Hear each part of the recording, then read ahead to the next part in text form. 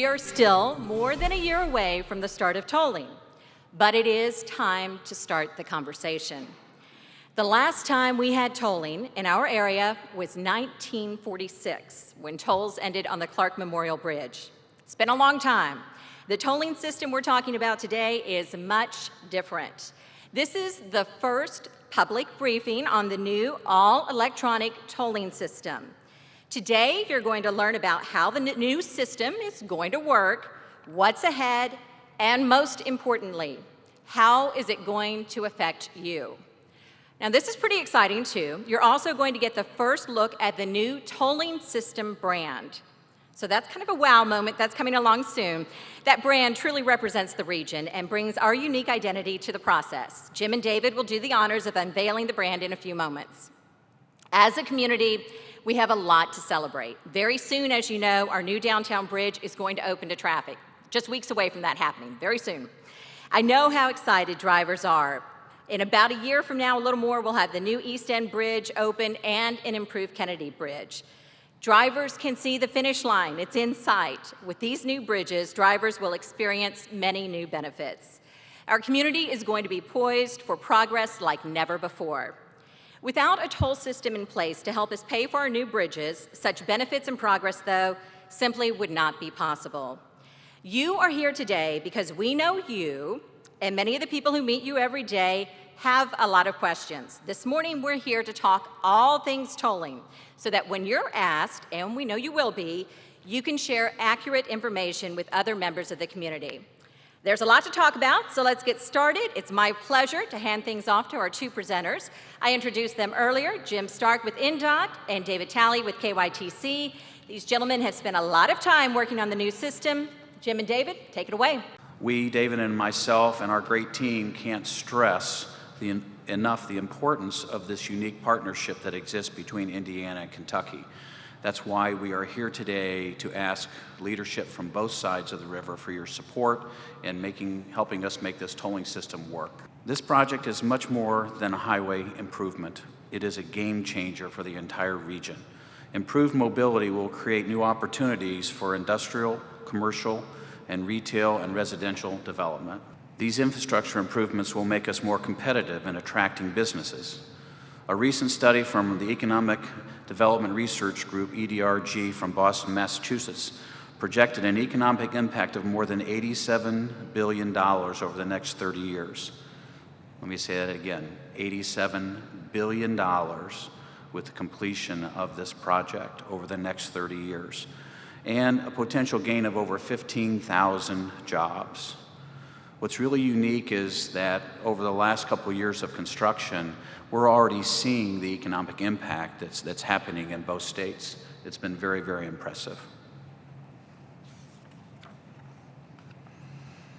As we stand here today, traffic on the new downtown bridge is scheduled to be flowing within a matter of weeks. It's time for us to start preparing for the final and best phase of this project. That is, using and enjoying the benefits of all this effort.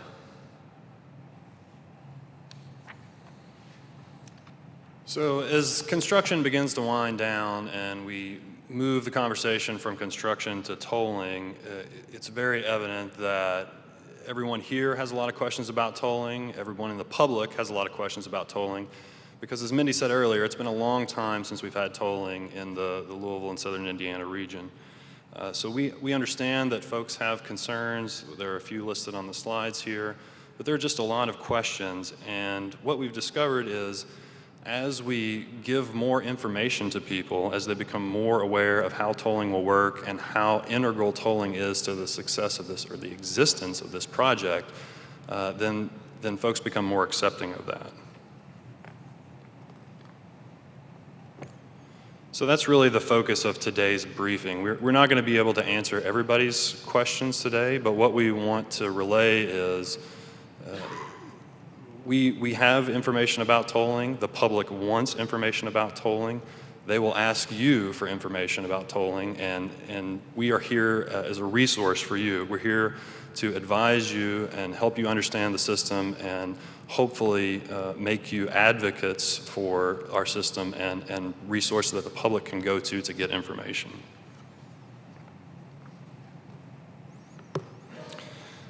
So I think everybody is aware that there was a critical need for the Louisville Bridges Project, the Ohio River Bridges Project to take forward, or to move forward. You know, all you have to do is look back to when the Sherman-Minton was closed and understand the traffic impacts of that, and understand what aging infrastructure means, and how, you know, how one disruption in the system can cause a lot of problems. A recent study from Texas A&M estimated that commuters in our area waste 43 hours per year sitting in traffic. So that's an entire work week that is wasted. And one of the benefits of the Ohio River Bridges Project is eliminating that time that's wasted sitting in traffic. But beyond just wasting time sitting in traffic, the existing infrastructure simply was insufficient. Accident rates in and around Spaghetti Junction were much higher than the statewide average. So there were safety concerns. There are, beyond just the annoyance of waiting in traffic, there are pollutionary effects of sitting in traffic. And it really is a drag on the economic development of the entire, you know, the lack of cross-river mobility was a drag on economic development on both sides of the river. And so that, for that reason, the Ohio River Bridges Project is important, and because it is, tolling is an important aspect of that project. We all know this project's been discussed for a long time. The plans to develop the East End Bridge actually started back more than 40 years ago. The project actually that we're working on now currently started 20 years ago. You may recall the original price tag on that project over 20 years ago was more than $4 billion, and we couldn't afford it. So we had the foresight of state and local leaders back in the late 2000s to basically call out our engineers, and they were sent back to the drawing board and ultimately developed a more workable plan. That brought us to our current project cost of over $4 billion to $2.3 billion. That's quite a feat of value engineering and innovation. There was a tremendous amount of work done in a revisited NEPA process to get it down to the price tag that we have today. Another point of this unique partnership is when the project was bifurcated, the price tag of each project was almost the same. So it became a very simplistic one way for both states to say, let's get this thing built. Financing, it's always a question of money. There have been, even though both states have substantially contributed both federal highway funds and state funds, there's not enough to finance this project. So the local leaders also at the time created a team to study introducing tolling to the effort, and here we are today, because the only way that both states can afford these projects is to introduce tolling. But it's really not new to the state of Kentucky or Indiana, and it's actually not new to this area, because back when the Clark Memorial Bridge was built and opened in 1929, tolls were introduced at that point. Imagine that, a 35-cent toll then would be equal to $5 today. So Jim mentioned a $2.3 billion price tag. So what do you get for $2.3 billion and having to undergo a new all-electronic tolling system? Well, the benefits are obvious. You get safer and smoother merges, so there are a lot of weaving movements that are going to be taken out of the existing traffic pattern. You get increased cross-river mobility, specifically 9 new lanes of traffic to help ease congestion. A vastly improved Kennedy Bridge, so the deck will come off of the Kennedy Bridge soon, and we'll replace all of the stringers and do significant improvements to the Kennedy Bridge that will help extend its useful lifetime. More importantly, or as importantly, there is a brand new connection on the East End now. So anybody who's looked at a map, you don't even have to be from the Louisville, Southern Indiana region. Anybody who looks at a map understands that there needs to be a connection on the East End. There's most of a circle, and you just need to finish that. So that's part of the project. And then shorter commute times are listed, but really it's not only shorter commute times, but you get more certainty in what your commute time will be. So there will be less variability in trip times, and that's a result of having increased cross-river capacity.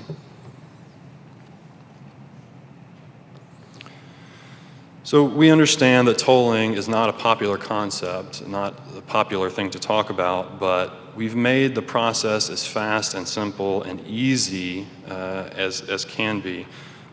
Rates for this project are comparable and in most cases lower than toll rates across the country. And we do have alternate non-tolled options available, and we'll talk about those a little more in a minute, but the I-64 Sherman-Minton Bridge and the Clark Memorial 2nd Street Bridge will remain toll-free. So this is really about choice. And one choice that commuters now have will be a toll bridge, but there are other choices available if traveling on the toll bridge doesn't make sense for you.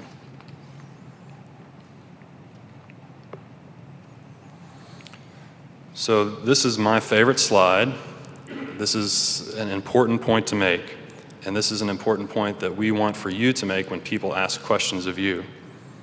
This is an all-electronic tolling system, which means you will not stop to pay a toll at the bridge.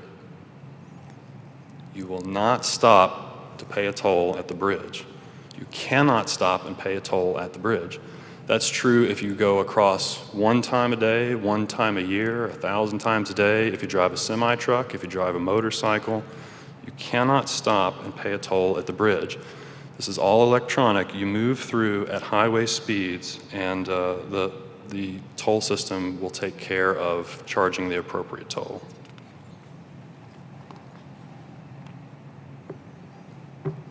So as I mentioned, again, this is about choice. The new downtown bridge and the improved Kennedy Bridge are part of the tolled bridge system because we are increasing capacity or improving them, as is the Easton Bridge, because that's that's expanded capacity. So those bridges will be tolled. Again, the I-64 Sherman-Minton and the Clark Memorial 2nd Street Bridge will remain untolled. As David said earlier, no booths, no stopping, no way to pay the toll as you're crossing the bridge. Actually, as you drive under the bridge, and it will look a little bit like these gantries up here on the stage, there'll be cameras, sensors, radio frequencies that will transmit through technology to capture both transponders and to capture plate capture on taking a photograph as people drive through the bridge. And from that point, they will either be billed or the transponder will help pay the bill. So we go into some toll payment choices. As David said, it will be a choice. The next few slides will outline these three processes. Number one, the one that we ask for your support today more than anything is that we want people to obtain a transponder. This will make everybody's life a lot easier. It will make the way to pay your tolls easier for taxpayers and for drivers. So we strongly urge that this become the best way to initiate our toll process. Number one, it will establish a prepaid account, and then the toll will be deducted through the account when they drive through. This also will afford the lowest cost to the taxpayer and the driver at the greatest convenience. Toll payment choice number two. Not to be confused with the first choice, you will actually establish an account. You will not have a transponder here, but your license plate will be known so that as you're driving through, there won't be any issues about looking up your license plate. And immediately from your account, you will have a toll deducted from there. However, it won't be the best price that you can get by having a transponder. And then the third choice, which will probably be a choice of most people that don't live in the region, at least that's our goal. They may drive through once a year. There will be no prepaid account. A picture will be taken of their license plate, and an invoice will be sent to them. This will be used a lot for folks that are from out of state, but this will be also a way that we will collect tolls from people that do drive through the state. So as Jim mentioned, what we're talking about today are options and choices. So Jim went over the 3 choices that you have for paying tolls on the project. I'm going to talk a little bit about his first choice, which was a transponder.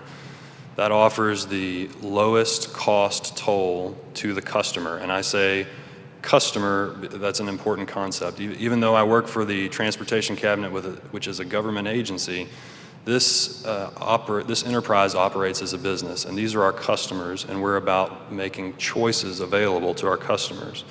So if a customer chooses a transponder, which offers the lowest rate, they have 2 types of transponders to choose from. The first is a local use only transponder. It sticks to the inside of your windshield, somewhat like the picture you see here, about the size of a Band-Aid. You cannot move it from one vehicle to another. So this is primarily for people who will drive only in the Louisville, Southern Indiana region.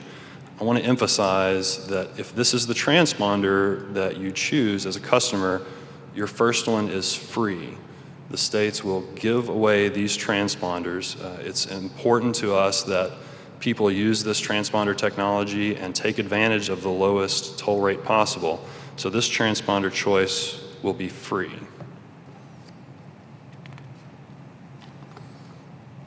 The second transponder choice is an E-ZPass compatible transponder. And this is really for people who plan to travel in areas where E-ZPass is accepted. There are 15 other states, several that surround Kentucky and Indiana, and all up and down the eastern seaboard of the United States. These are portable from vehicle to vehicle, and we're targeting a cost of $15 for customers who choose this type of transponder.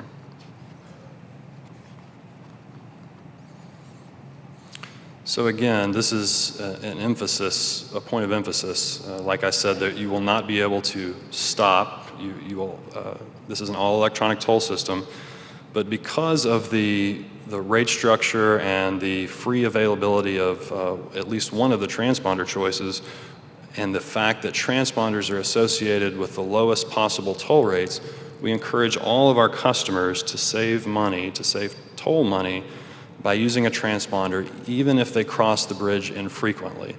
So even if you cross once a year, it's still going to make sense to you, and we encourage you as a customer to elect to use transponder as your method of payment. Hopefully this next slide looks familiar. It's been talked about publicly before, but these are the toll rates that were set by the tolling body made up of officials from Indiana and Kentucky. And this, again, emphasizes the fact that the transponder offers the lowest toll rate possible. So you can see for passenger vehicles, $2 toll rate, as opposed to a $4 toll rate if a customer chooses to have an invoice mailed to them. For medium trucks, the differential is $5 to $7, and for heavy trucks, $10 to $12. So again, it's very important that customers, if it makes sense for customers, we encourage them to use a transponder-based account because that affords them the lowest possible toll rate.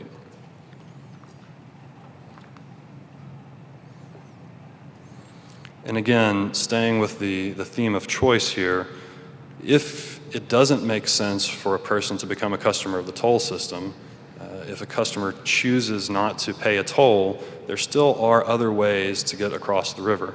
The Clark Memorial and the Sherman-Minton Bridge will remain untolled, and the states have made a commitment that TARC vehicles will also be toll-free as they cross the tolled bridges.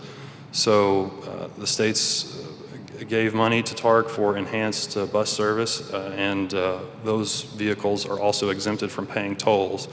So people will have options if they choose not to become a customer of the toll system.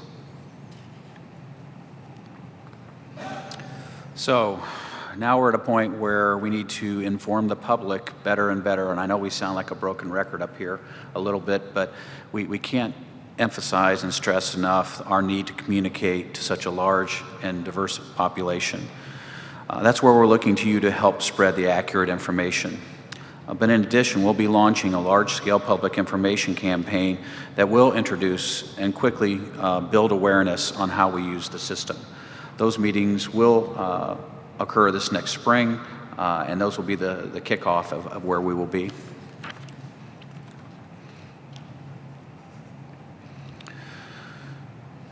Our campaign was built, though, on learning and gained through months and months of research. We listened to key stakeholders and community leaders and to the commuters on both sides of the river. We tested our concepts with the public to ensure our messages were being understood. As part of preparation, we also studied best practices and programs around the country. One of the key things that we learned was creating a brand for the system helps customers identify and relate to the process. As you can see from these two examples, a brand that localizes the program is preferable. SunPass is what Florida uses, and the Peach Pass obviously is the Georgia tolling symbol that they use. It must be easy to remember, but perhaps the most important of all, the brand should reflect the pride of our citizens and the feel that their community, and how they feel about their community and for the program itself. So our creative team developed hundreds of different names and logos. Our marketing committee narrowed the field down to just a dozen, and it reflected a wide range of choices and concepts. We then showed these opinions to the public. We didn't simply ask which ones they liked. We went deeper and found out which brands created a more positive image and a greater understanding of what we were really trying to accomplish between the two states. You are the first audience that gets to see this, the new brand created to represent the tolling system for the Louisville, Southern Indiana, Ohio River Bridges project.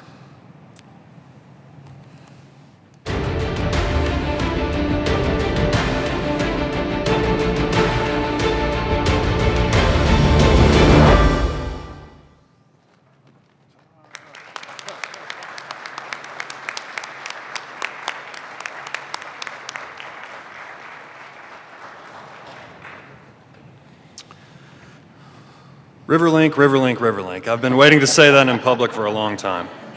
Riverlink. So, what does this brand communicate? The brand is specific to our area in that it is the river that runs through our area, but also combines Louisville and Southern Indiana. So, just as Peach Pass conveys Georgia peach, and a Sun Pass conveys the fact that you go down to Florida for a sunny vacation, Riverlink is unique to our area in that it gives a nod to the river.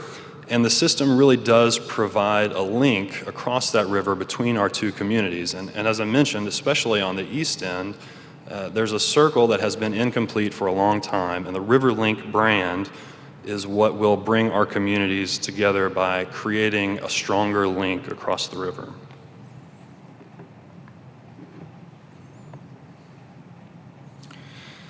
So now that we have the Riverlink brand, it is our duty to communicate the advantages of Riverlink to the general public, and we'll be asking for your help in that as well.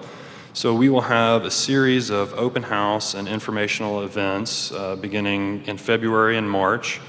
We'll have a major presence at the Thunder Over Louisville and Kentucky Derby Festival in April and May.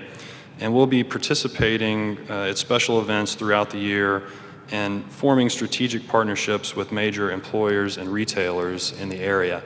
And this is really where we want to engage you. So if you have an event or you have a meeting where you would like for us to come and talk about the Riverlink brand and what its advantages are and how it works, we invite you to contact us, and our public information team will make sure that we send a mobile unit out to, or at least some speakers out to your event, so that we can help convey this brand and convey the all-electronic tolling system to the community as a whole.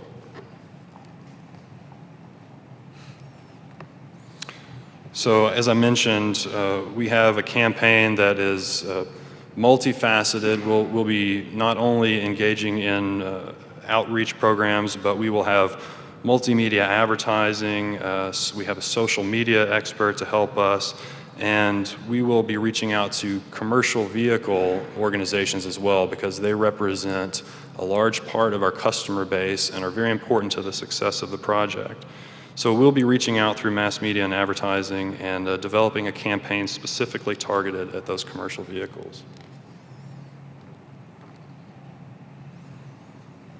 So the foundation of this outreach effort will be our website, and we encourage folks to visit riverlink.com as the primary source of information.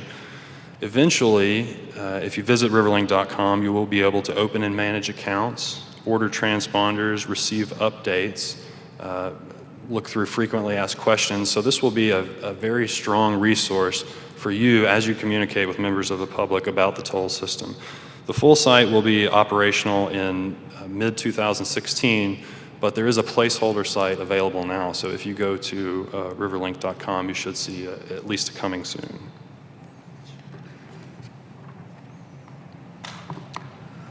So we also will be on both sides of the river have a customer service center for the DOT folks in the room at CSC. We always have an acronym for everything at the DOT. So they are currently both under construction in the build-out portion of what's happening on both sides of the river, and they will be ready for opening also in May of 2016.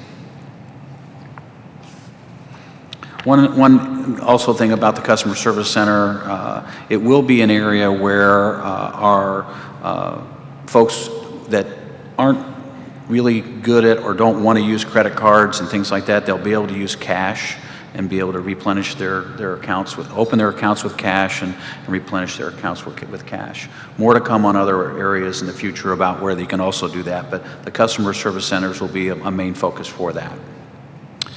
We also will have a mobile service center that will be up and running here soon when we start our public outreach at the different events. So you'll see a vehicle with the River Link brands all over it, and to be more to come in the future, and we'll have our schedule out and let everybody know where we'll be at those meetings.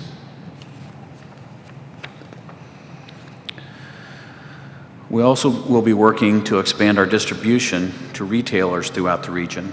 This is still a work in process, and we'll be sharing those partnerships and arrangements as soon as they're finalized. I would now like to turn the podium back to Mindy for some final remarks. Thank you so much, Jim, and thank you, David. We have covered a lot of territory this morning, no doubt about that. Let's talk about what's coming next. Early next year, in February and March, there will be a series of public open houses. We want to answer the questions that residents have. Some drivers have already asked, when can I get my transponder? That's going to happen in May. That's when transponders will first be available. And the most important date, by late next year, the new bridges will be open and tolling will begin. We have a lot of time before tolling begins, but we need your help now. We want to prepare drivers for this new system, and we want to make sure that they understand how all electronic tolling works. Most importantly, they need to know that without tolling, we would still be talking about building these bridges. Tolling is a critical financing piece that has made this project possible. So now it's time to talk about Riverlink, and we're so glad you're joining the conversation. I see some of the tweeting already underway, so hopefully hashtag Riverlink is already out there now. We have talked about a lot this morning. If you have questions, please seek us out after the presentation. We'll be happy to continue the discussion. For now, I'm going to invite members of the media right over here. Join us to the side of the stage for any follow-up questions the media may have. And for everybody, thank you so much for being here, and thank you for your support. We truly appreciate it. Have a great day.